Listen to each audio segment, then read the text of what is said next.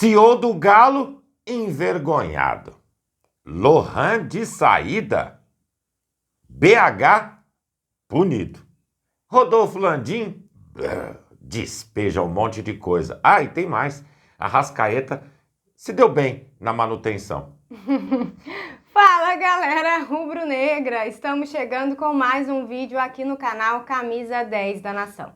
O seu, o meu, o nosso canal de notícias e informações do Flamengo. Esse Flamengo que a gente tanto ama. Mas antes de começarmos com as notícias, gostaríamos de pedir a você que acompanha o nosso canal e ainda não é inscrito, para se inscrever aqui embaixo no botão inscreva-se, ativar o sininho da notificação, porque assim, sempre que postarmos um vídeo novo, você será notificado. E claro, deixar também o seu like e o seu comentário, porque isso ajuda demais o nosso trabalho e é muito importante para nós. E como sempre falamos, galera, é rapidinho, papum. E deu. Assim é. Bom, bora começar então com as notícias. Algumas velas, disco de freio, óleo de motor precisaram ser trocados. Não, mentira. Galera, ontem a Arrascaeta realizou o procedimento no joelho direito. Como já havia, inclusive, sido informado, ele não retorna mais em 2024, de verdade. Pelo que ele estava passando, e se é a perspectiva de um 2025 melhor, realmente, fica paradinho a Arrascaeta. Já deu tudo o que precisava para o Flamengo no ano de 2024 jogando no sacrifício, não é verdade? Assim que o jogador se recupere, e a expectativa é que no início do ano, depois do retorno das férias, o jogador já esteja junto com o elenco para pré-temporada. Até porque 2025 promete. Promete. Muito. Bom, galera, seguindo com as notícias, no domingo passado, Gonçalo Plata fez o gol da vitória sobre o Atlético Mineiro de cavadinha. Golaço. Golaço, isso mesmo. E olha, amigos, parece que ele gostou de fazer gol assim, viu? Coincidência ou não, ontem, pela seleção do Equador, Plata fez um gol bem semelhante ao de domingo, também de cavadinha. A torcida do Mengão nas redes sociais foi a loucura. Tiveram comentários do tipo, o rei da cavadinha. Um outro escreveu o seguinte, tudo normal com o nosso Plata. E um outro, aprendeu a cavar, agora não para mais. E aí? Cava. Cava. Que continue cavando então, Não Plata. é? E galera, informações dão conta de que Lohan pode acabar indo para o Manchester United. Por quê?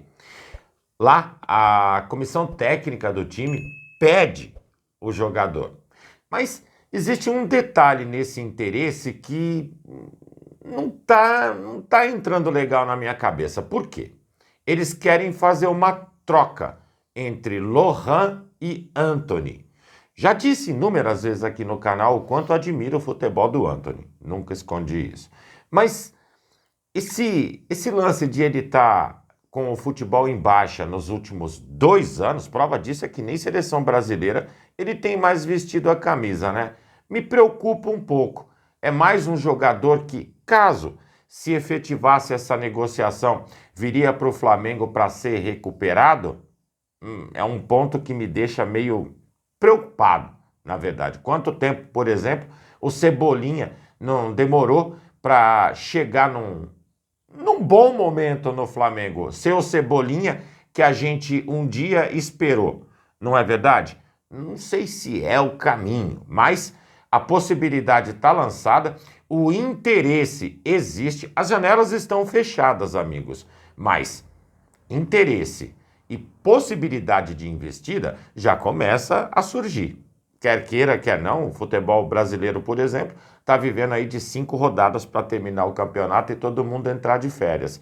E vai ter também a parada na Europa e as janelas irão se abrir. Assim, já fiquem atentos, pode acontecer.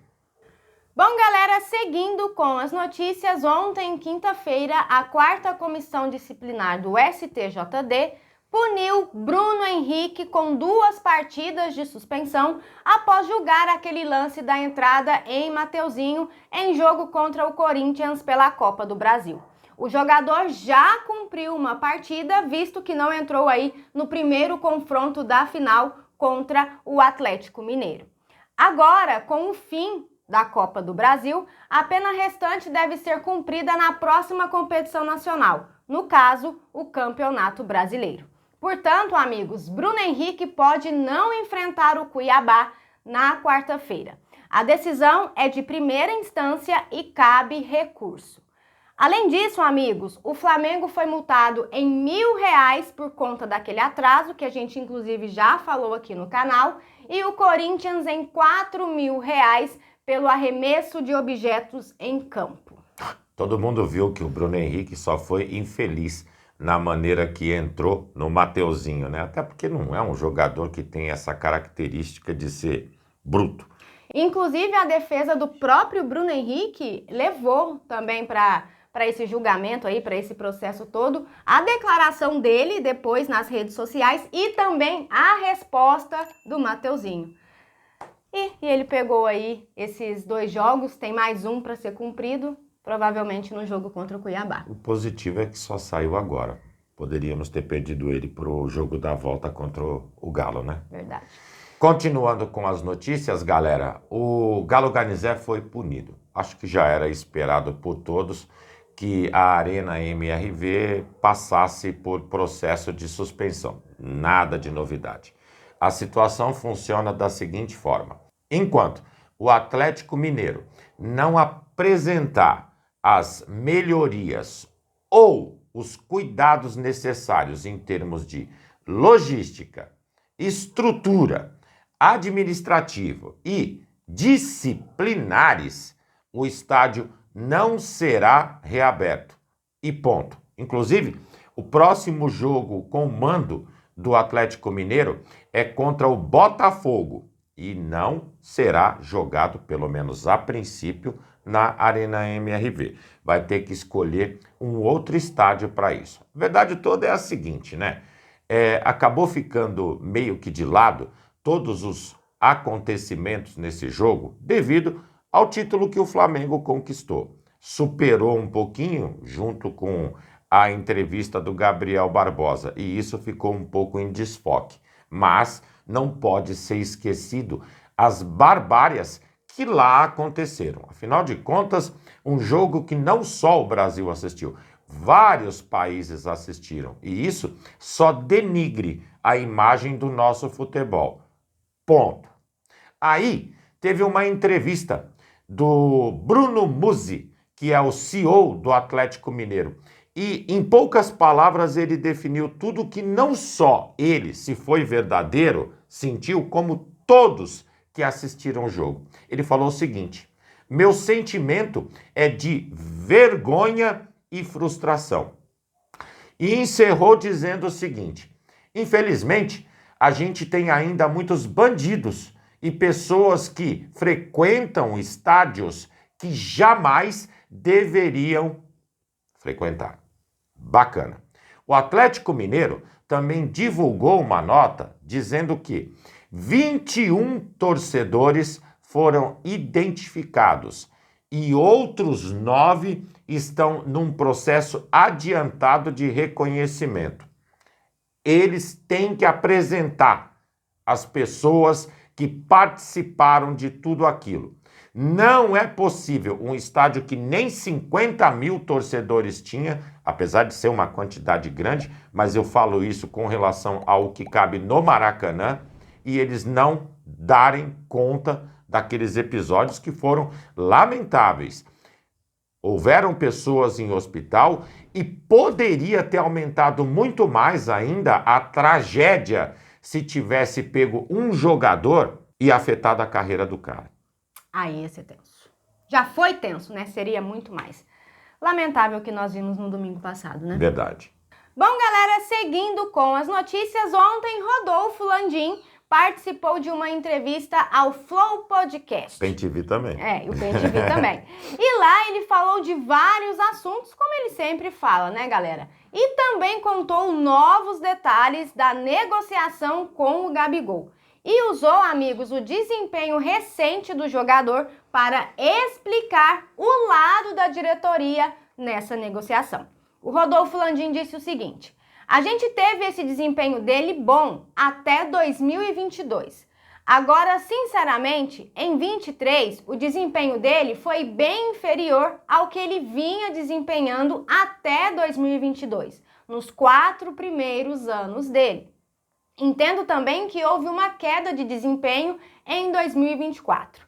O Gabigol fez uma proposta de contrato de mais 4 anos para o Flamengo, com um crescimento muito grande do que seria a remuneração anual dele, muito significativa.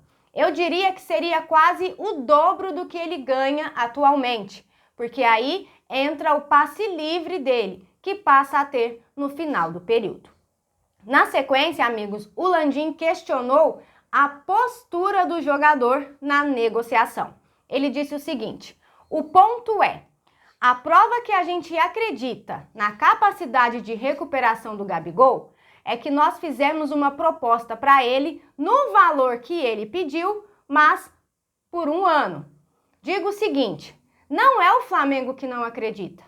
Não sei se é o Flamengo ou se é ele mesmo que não acredita nele, porque se ele quer ficar no Flamengo e ele acredita na capacidade dele, no futebol dele, por que ele não aceita esse 1 ano e depois ele continua? Se eu estou dando esse 1 ano para ele, depois de 2 anos que ele não teve um desempenho tão bom, por que eu não daria se ele tivesse 1 ano excepcional? 1 ano bom, daria mais 1 ou mais 3, como ele gostaria. Por fim, galera, ele deixou claro que trata aí essa renovação com o Gabigol pelo lado administrativo e não com o coração. Ele disse o seguinte: acho que para um administrador é um risco muito grande você renovar com um jogador por 4 anos quando ele teve 2 anos em que o desempenho não foi compatível com o que ele recebia. É só isso. O Flamengo acredita que teria o Gabigol como ele foi nos 4 primeiros anos, nesse primeiro ano de contrato. Amigos, quando surgiu toda essa informação lá atrás, que o Flamengo tinha oferecido 1 ano e o Gabigol tinha recusado, nós chegamos a falar aqui no canal o seguinte: por que o Gabriel não aceita esse 1 ano e mostra para o Flamengo do que ele é capaz, mostra para o Flamengo que ele vale tudo aquilo que ele está pedindo? Eu tenho certeza absoluta que se ele aceitasse esse 1 ano e arrebentasse aí nos seus primeiros meses desse contrato, chegaria no meio do ano, o Flamengo já renovava com ele. Verdade toda, galera, é a seguinte: não existe nem certo nem errado, existem fatos. E isso eu acho que tá claro para todo mundo. Só não enxerga quem quer. Bom, galera, e essas eram as notícias que tínhamos para vocês agora pela manhã. Lembrando, você que é novo no canal e ainda não é inscrito, dá uma forcinha pra gente, botão aqui embaixo, já se inscreve, deixa o seu like, o seu comentário, compartilhem pra geral, porque vocês sabem, juntos somos mais fortes. Muito mais fortes. Pessoal, fiquem bem, um excelente feriado a todos vocês. Um grande abraço, amigos, e até o próximo vídeo. Amigos e amigas. Tchau, tchau.